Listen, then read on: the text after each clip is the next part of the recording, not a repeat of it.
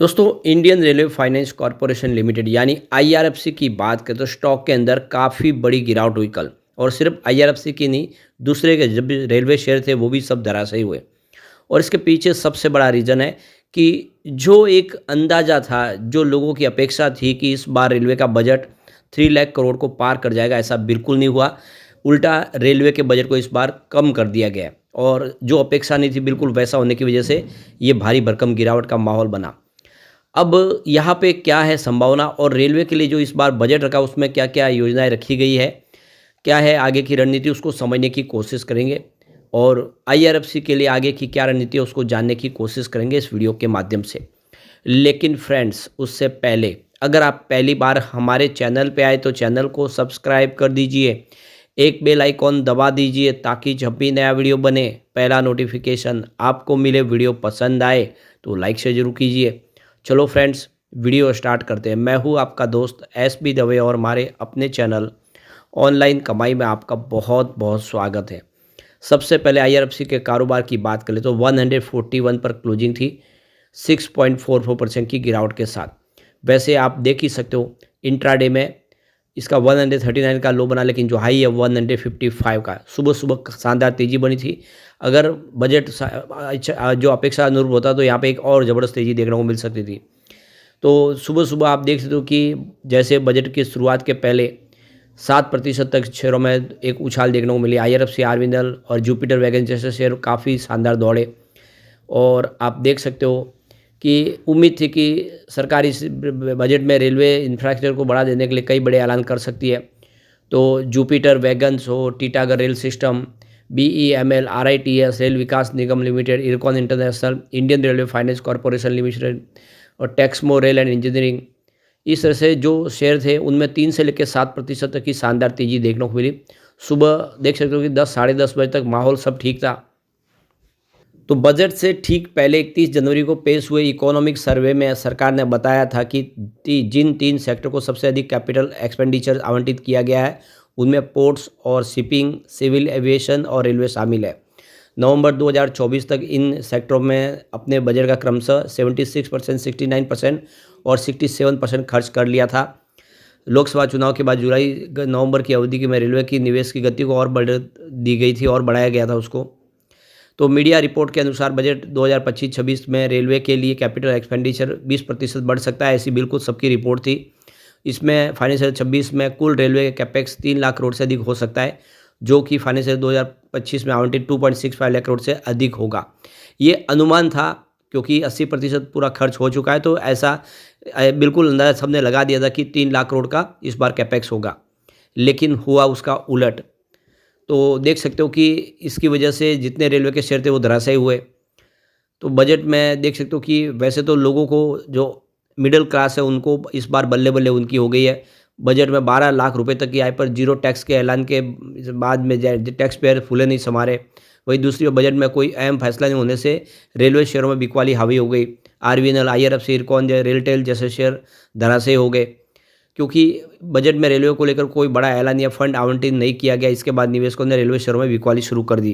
तो बजट में निवेशकों को सरकार से रोड, रेल, हवाई अड्डों और शहरी बुनियादी ढांचे जैसे प्रमुख इंफ्रा प्रोजेक्ट के ऐलान की उम्मीद थी, लेकिन ऐसा कुछ भी नहीं हुआ। रेलवे शेयरों में फिर गिरावट आ गई। तो रेलवे को बजट में 2.55 लाख करोड़ रुपए आवंटित किए गए हैं। इसमें राजस्व 3,445 करोड़ रुपए और कैपिटल एक्सपेंडिचर में 2,52,000 रुपीज़ खर्च किए जाएंगे। इस तरह रेलवे में कुल बजट 2,55,445 करोड़ रुपए का प्रावधान किया गया है। केंद्रीय फाइनेंस मिनिस्टर निर्मला सीतारमण ने फाइनेंशियल ईयर 2025-26 के लिए बजट पेश कर दिया है। इस आम बजट में वित्त मंत्री ने अपने बजट में एक बार भी भारतीय रेलवे का जिक्र तक नहीं किया। हालांकि उन्होंने भारतीय रेलवे के लिए फाइनेंशियल 2026 के लिए केंद्रीय बजट में रेलवे के लिए 2.55 लाख करोड़ का आवंटन किया है। ये राशि पिछले वित्तीय वर्ष 2025 के लिए आवंटित की गई राशि के समान ही है। आम बजट में रेलवे को लेकर कोई नई घोषणा की बजाय पहले की घोषणाओं को पूरा करने पर जोर दिया गया है। यानी कुछ नए और प्रोजेक्ट का ऐलान नहीं किया गया, बल्कि जो पुराने प्रोजेक्ट है उसी को कंप्लीट करने के ऊपर फोकस रखा गया है। दरअसल फाइनेंस मिनिस्टर ने 2024 के आम बजट में रेलवे के लिए कुल बजटीय समर्थन 2,55,200 करोड़ रखा है। यह वर्ष 2023-24 में 2,40,200 करोड़ रुपये से 5% अधिक था। इसके अतिरिक्त वित्त मंत्री से 10,000 करोड़ रुपये अतिरिक्त बजटीय संसाधनों से आवंटित किए गए थे। जुलाई 2024 में वित्त मंत्री द्वारा पेश किए गए बजट में फाइनेंस मिनिस्टर निर्मला सीतारमण ने नई वंदे भारत ट्रेनों की घोषणा की थी। साथ ही ये भी कहा था कि भारत में 3 प्रमुख रेलवे आर्थिक गलियारे बनेंगे, यानी कॉरिडोर बनेंगे। इसमें ऊर्जा, खनिज, सीमेंट गलियारा, पोर्ट कनेक्टिविटी गलियारा और उच्च यातायात घनत्व वाला गलियारा शामिल होगा।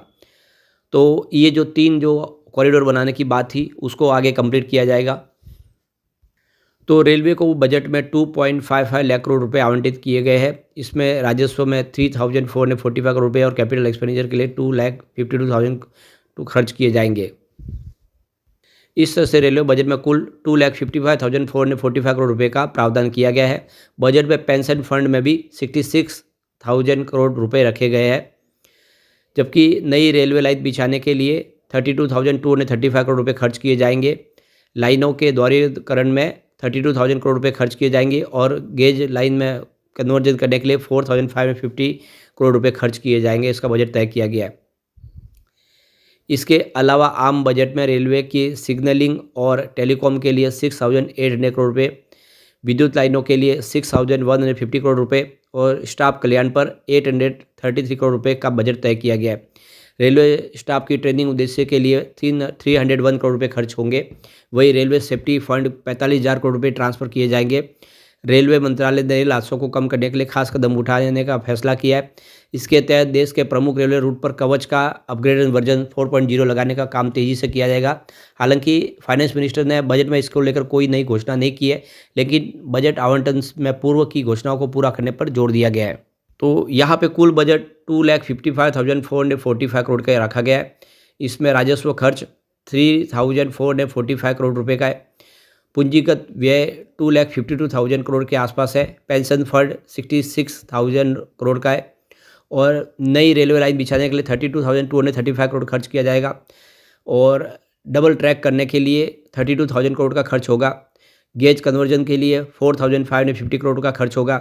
सिग्नलिंग और टेलीकॉम के लिए 6,800 करोड़ होगा और विद्युत लाइनों का विस्तार करने के लिए 6,150 करोड़ का खर्च होगा। स्टाफ कल्याण के लिए 833 करोड़, रेलवे स्टाफ ट्रेनिंग के लिए 301 करोड़ और रेलवे सेफ्टी फंड के लिए 45,000 करोड़ का खर्च किया जाएगा। तो रेलवे से जुड़े एक सूत्र के अनुसार आने वाले बजट में रेलवे के पूंजीगत व्यय कैपेक्स पर आवंटन 20% तक बढ़ाए जाने की उम्मीद थी। रेलवे के अनुमानों के अनुसार पिछले बजट में इस मद में मिले 2.65 लाख करोड़ रुपये से रेलवे में 80% खर्च हो गया था। इस वजह से कहना था कि इस बार बजट और बढ़ाया जाएगा कम से कम 20%। 3 लाख करोड़ होने की उम्मीद थी, लेकिन ऐसा बिल्कुल हुआ नहीं और इसने मायूस कर दिया। रेलवे के शेयरों में फिर भारी भरकम गिरावट हो गई। तो इस बार सरकार ने जो फोकस पूरा रखा है वो देख सकते हो कि स्पेशली देख सकते हैं कि जो मिडिल क्लास है उसको खुश करने के ऊपर जोर दिया, क्योंकि जो 7 लाख से सीधा 12 लाख कर दिया गया है। 12 लाख तक कोई टैक्स नहीं लगेगा और देख सकते हो कि इसमें जैसे 12 लाख 75,000 का स्पेशल डिडक्शन भी है, तो 12,75,000 तक कोई टैक्स देने की जरूरत नहीं। लेकिन अगर आपकी जो कमाई है वो 13 लाख तक पहुंच जाती है तो फिर आपको टैक्स के दायरे में आएंगे और फिर 4 लाख से 8 लाख के लिए यहाँ पे 5% टैक्स है। 8 से लेकर 12 के लिए 10% टैक्स और 12 से ऊपर होगा तो फिर 15% टैक्स के स्लैब हो गए। तो इस हिसाब से ये फैसला ले लिया गया है। तो अब देखो कि इसका थोड़ा निगेटिव असर तो होगा, कुछ दिन रेलवे के शेयर कमज़ोर रहेंगे, लेकिन उसके बाद फिर एक रफ्तार तो पकड़ेंगे, क्योंकि पैसा तो खर्च हो ही रहा है। भले पहले से थोड़ा सा कम हो, लेकिन काफ़ी बड़ा ऐलान किया गया रेलवे बजट के लिए। इससे आने वाले समय फिर एक अच्छी संभावना बनेगी ज़रूर। लेकिन फ्रेंड्स, कोई भी इन्वेस्टमेंट करने से पहले अपने फाइनेंशियल एडवाइज़र से एडवाइस ले ले या अपना खुद का रिसर्च करें, क्योंकि मैंने वीडियो आपके एजुकेशनल पर्पज़ के लिए ही बनाया। वीडियो पसंद आए तो लाइक से जरूर कीजिए और चैनल को सब्सक्राइब कर दीजिए। Thank you friends.